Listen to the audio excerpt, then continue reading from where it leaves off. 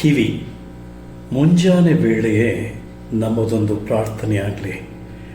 ದೇವರೇ, ನನ್ನ ಕಿವಿಯನ್ನು ತೆರೆ, ನಾನು ನಿನ್ನ ಸ್ವರವನ್ನು ಕೇಳಬೇಕು.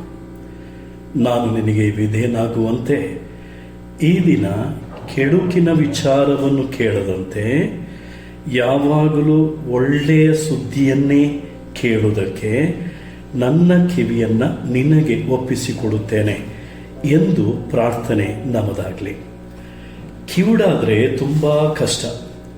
ಮಾರ್ಕನು ಬರೆದ ಸುವಾರ್ತೆ 7ನೇ ಸಂಧಿ 31ನೇ ವಚನದಿಂದ 34ನೇ ವಚನದವರೆಗೆ ಅಲ್ಲಿ ಒಬ್ಬ ವ್ಯಕ್ತಿಯನ್ನ ಕರ್ಕೊಂಡ್ಬರ್ತಾರೆ ಯೇಸುವಿನ ಬಳಿಗೆ. ಅವನು ಕಿವುಡನು ಮತ್ತು ಅವನ ಬಾಯಿಯು ಕಟ್ಟಲ್ಪಟ್ಟಿದೆ, ಮಾತಾಡಲಿಕ್ಕಾಗೋದಿಲ್ಲ.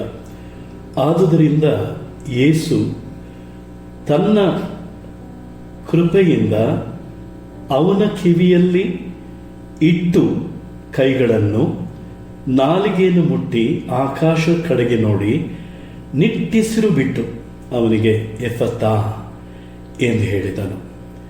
ಆ ಶಬ್ದಕ್ಕೆ ತೆರೆಯಲಿ ಎಂದು ಅರ್ಥ. ಅವನ ಕಿವಿಗಳು, ನಾಲಿಗೆಯ ಕಟ್ಟುಗಳು ಬಿಡುಗಡೆಯಾದವು. ನಮಗೆ ಆತ್ಮೀಕ ಹಾಗೂ ಶಾರೀರಿಕ ಕಿವಿಗಳು ಬೇಕು.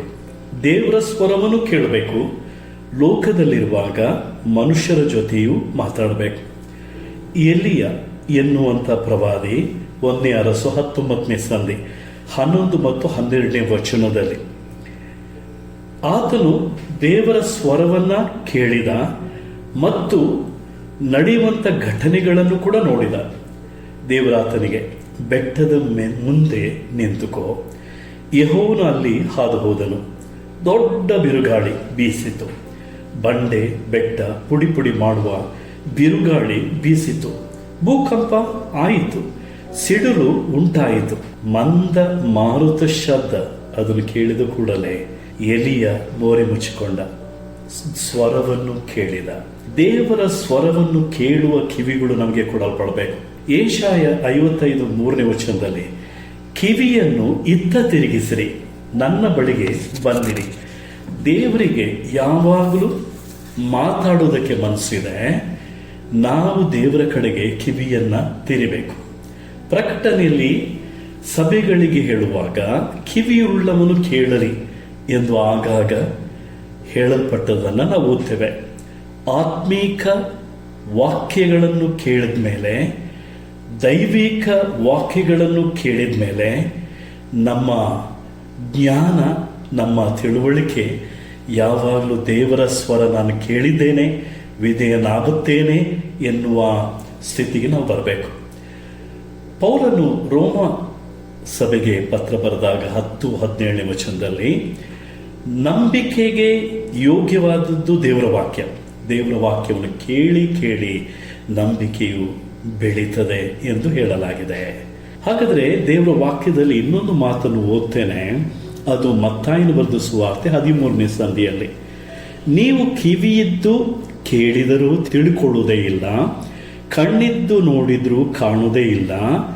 ಈ ಜನರ ಹೃದಯವು ಕೊಬ್ಬೇರಿತು, ಇವರ ಕಿವಿ ಮಂದವಾಯಿತು, ಇವರ ಕಣ್ಣು ಮುಚ್ಚಿಕೊಂಡಿದ್ದಾರೆ.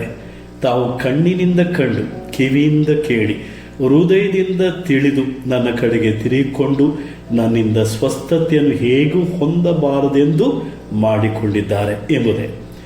ಆದರೆ ನಿಮ್ಮ ಕಣ್ಣು ಕಾಣುತ್ತದೆ, ನಿಮ್ಮ ಕಿವಿ ಕೇಳ್ತದೆ, ಆದುದರಿಂದ ನೀವು ಧನ್ಯರು. ಶಿಷ್ಯರಿಗೆ ಹೇಳಿರುವಂಥ ಮಾತು ಏನಂದ್ರೆ, ನೀವು ಧನ್ಯರು, ಯಾಕಂದ್ರೆ ನಿಮ್ಮ ಕಿವಿ ತೆರೆಯಲ್ಪಟ್ಟಿದೆ.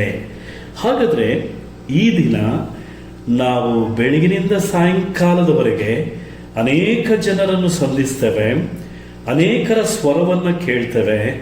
ಆದರೆ ನಮ್ಮ ಮನಸ್ಸು, ನಮ್ಮ ಕಿವಿಗಳು ಪ್ರಾರ್ಥನೆಯ ಮೂಲಕ ದೇವರ ಬಳಿಗೆ ಆಗಾಗ ಹೋಗಿ, ದೇವರೇ ನನ್ನೊಂದಿಗೆ ಮಾತನಾಡು, ನನ್ನ ಕಿವಿಗಳನ್ನು ತೆರೆ, ದೈವಿಕ ಸ್ವರವು ನನಗೆ ಕೇಳಬೇಕು ಎನ್ನುವ ಪ್ರಾರ್ಥನೆಯಿಂದ ನಮ್ಮ ಬಾಳನ್ನು ಈ ದಿನ ಕಳೆಯೋಣ.